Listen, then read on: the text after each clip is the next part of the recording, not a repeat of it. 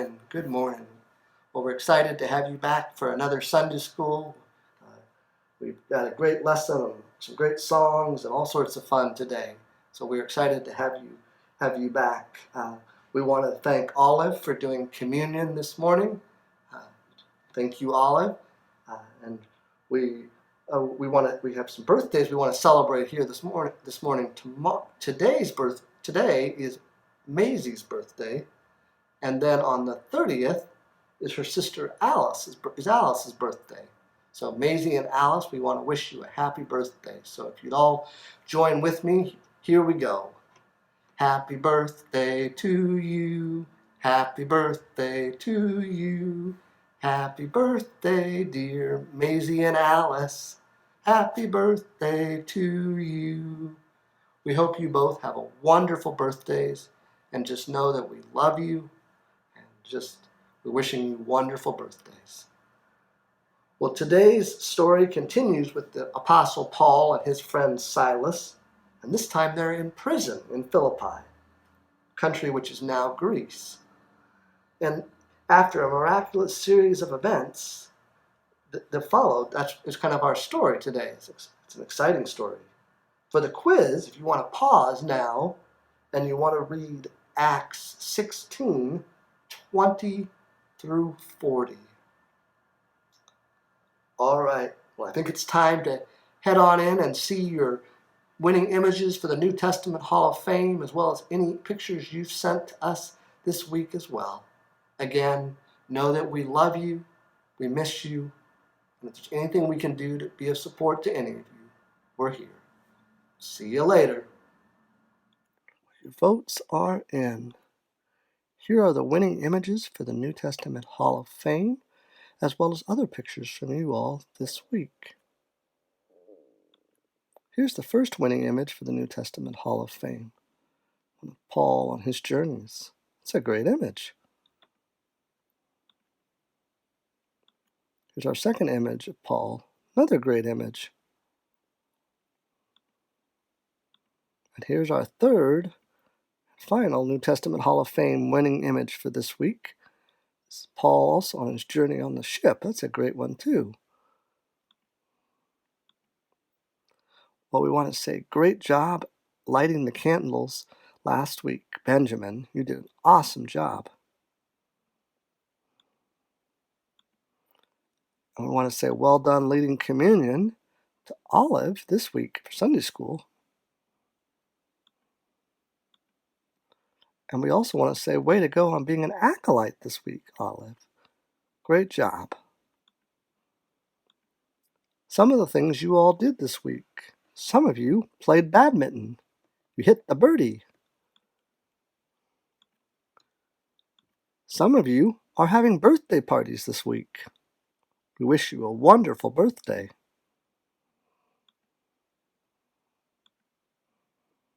Some of you gardened. And I hear your gardens are beautiful. Some of you are excited because your brother arrived. We hope you and your brother are having a great time. Some of you swam in the deep end this week. Way to go. Some of you are attending online camp. We hope you had a great time and look forward to hearing about it.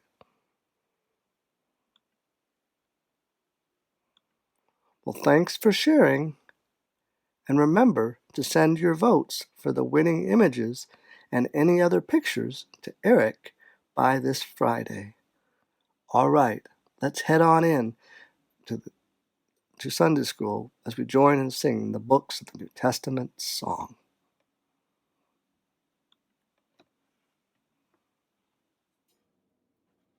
Matthew, Mark, Luke, and John, Acts, and next is Romans, 1st and 2nd Corinthians, Galatians and Ephesians, Philippians, Colossians, 1st and 2nd Thessalonians, 1st and 2nd Timothy, Titus and Philemon, Hebrews, James, 1st and 2nd Peter, 1st and 2nd, 3rd John, Jude, and Revelation.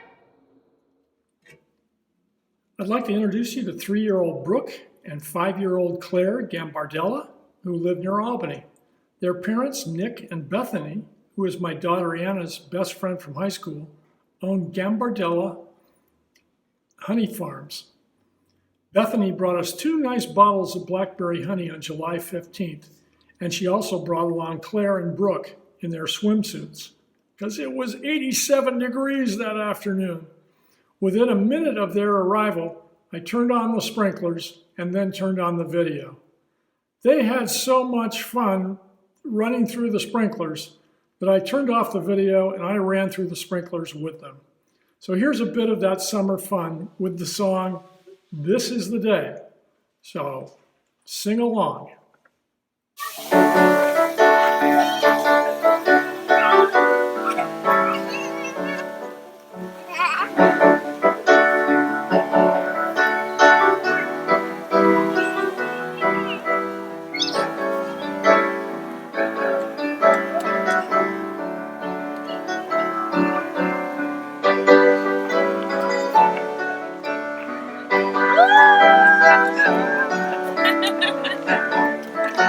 Hi, Anna. Lisa. Hello.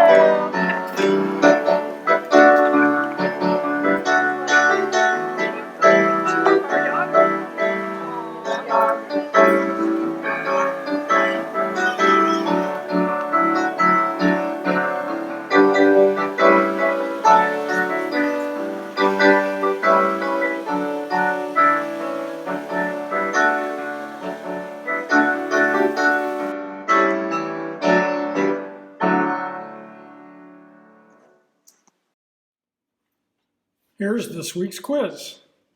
What natural disaster occurred the night that Paul and Silas were jailed in Philippi? Was it A, a flood, B, a wildfire, or C, an earthquake? Announce your answer. The correct answer is C, an earthquake. When the jailer saw broken chains and could hear the inmates moving around after the earthquake, he threatened to A, call in the nastiest guards to restore order, B, kill himself, C, inflict injuries on Paul and the other inmates. Your answer? The correct answer is B, kill himself. But he didn't have to do it. You'll find out.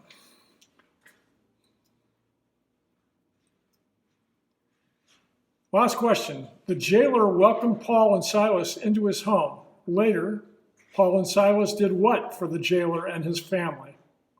A, baptized them. B, sang to them. C, made them a spaghetti dinner. Your answer? The correct answer is A, baptize them. Thanks for taking the quiz. Today's stories are from the Bible for Children from Good Books. Maximum Security and New Believers. Both are from Acts 16. You'll see 10 images. Pick your favorite image for our New Testament Hall of Fame. Maximum Security. Take these criminals, said the magistrate to the jailer, and put them in the deepest part of the prison. The jailer knew about Paul and Silas. Everyone had been talking about them for days. Now he had been told that they were very dangerous, so he took them to the inner cells and put their feet in the stocks. He slammed and bolted the door behind them. Alone in the dark, Paul and Silas began to pray. Then Silas began to sing, and Paul joined him quietly. Then, loudly, they both began to sing praises to God. The other prisoners heard them through the walls. What could this singing mean? It was so strange. No one ever sang songs in that dark, fearful place, but they could hear these two strangers singing and sometimes shaking their chains and laughing and praising God at the top of their voices. That was when it happened. Right in the middle of the night, a violent earthquake shook the whole of Philippi. The tremor shattered the foundations of the prison. The gates flew off their hinges, and the doors of the cells were left broken and hanging in clouds of dust. The jailer woke up and stumbled into the darkness, coughing. All the prisoners were escaping. He was sure of it. They must be. He could see broken chains lying everywhere. He could hear men moving around. The jailer knew that this was the end for him, because if his prisoners escaped, especially these two dangerous criminals, he would pay for it with his own life. He unsheathed his sword and was about to fall on it when Paul called out, "Don't harm yourself. We're all here, every single prisoner." The jailer let his sword drop with a clatter. He shouted, "Lights, lights!" Men brought flaming torches, and in the gloom he saw the smiling faces of Paul and Silas sitting with the stocks and chains lying broken all around them. Nearby were all the other prisoners. Softly, Paul was singing another hymn to the amazement of them all. He and Silas clapped their hands and sang praises to the name of God. New believers. The jailer had the men brought into his own home. He was trembling in awe of the mighty power of God. He knelt down in front of Paul and Silas. "Sirs," he asked, "how can I be saved?" "You must believe in the Lord Jesus Christ," they replied, "you and your whole family." The jailer and his family all gathered around. Then Paul and Silas told them about Jesus and everything he had said and done. The jailer washed and tended their wounds from the beating they had received the day before. He gave them new clothes to wear. Then he and his family were baptized in the name of Jesus. They were all full of joy, and they invited Paul and Silas to eat a meal with them. When morning came, Luke and the other disciples heard the news of how God had freed them and how the jailer had been saved, and they too sang praises to God.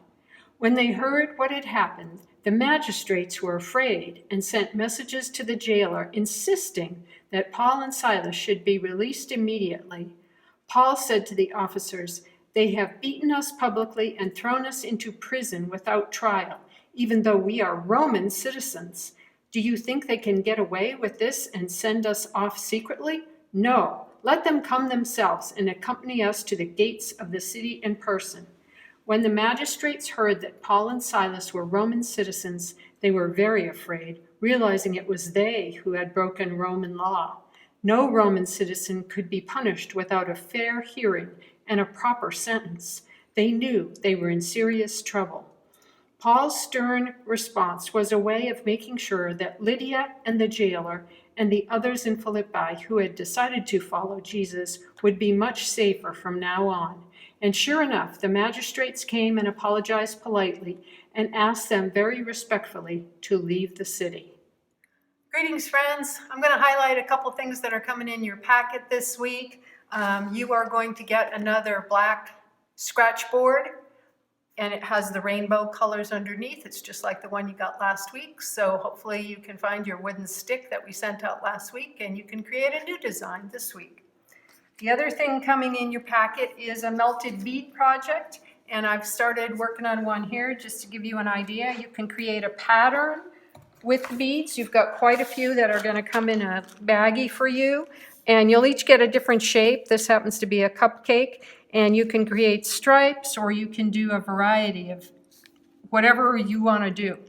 The thing to be aware of is these are loose, so if you tip it at all, they will fall off. So you might want to put it on a cardboard so that you can move it around and work on it a little bit one day and a little bit the next day. And when you have it all filled in, then you're going to take the sheet that comes in your packet, put that on top, and then an iron over the top to melt the beads, and then it will all stay together. But have a grown-up help you with the iron part, so you're not doing that by yourself.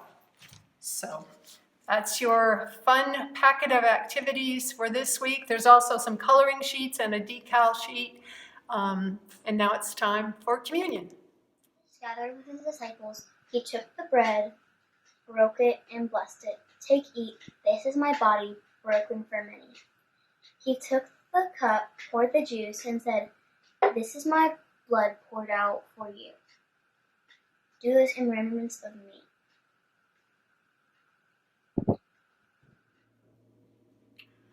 Thomas A. Dorsey was known as the father of gospel music.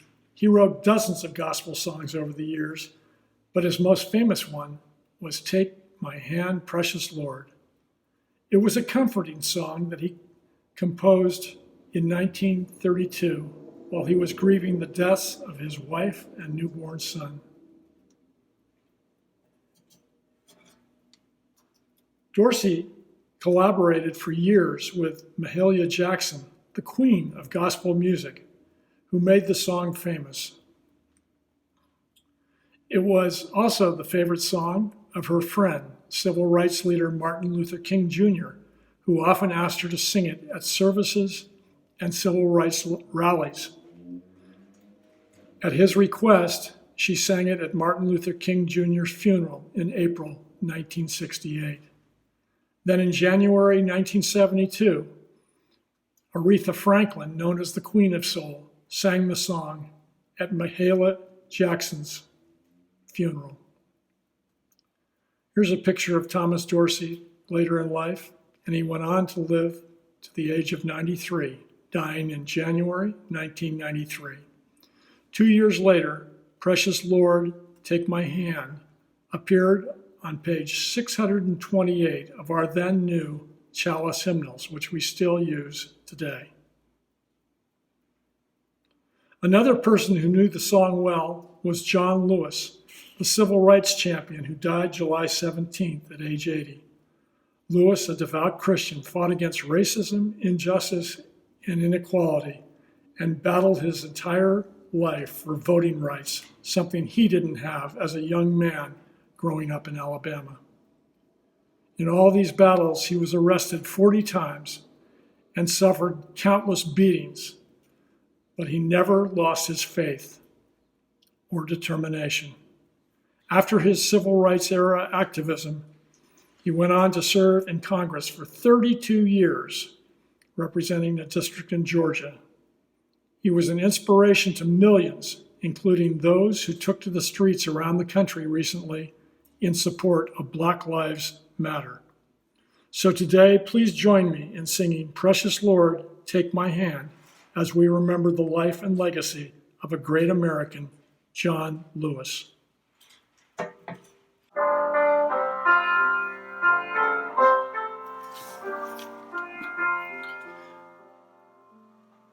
Precious Lord, take my hand, lead me on, let me stand. I am tired, I am weak, I am worn.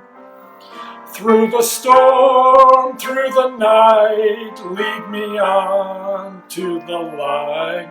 Take my hand, precious Lord, lead me home. When my way grows drear, precious Lord, linger near. When my life is almost gone, hear my cry, hear my call, hold my hand, lest I fall. Take my hand, precious Lord, lead me home. When the darkness appears and the night draws near and the day is past and gone, at the river I stand, guide my feet, hold my hand, take my hand, precious Lord, lead me home.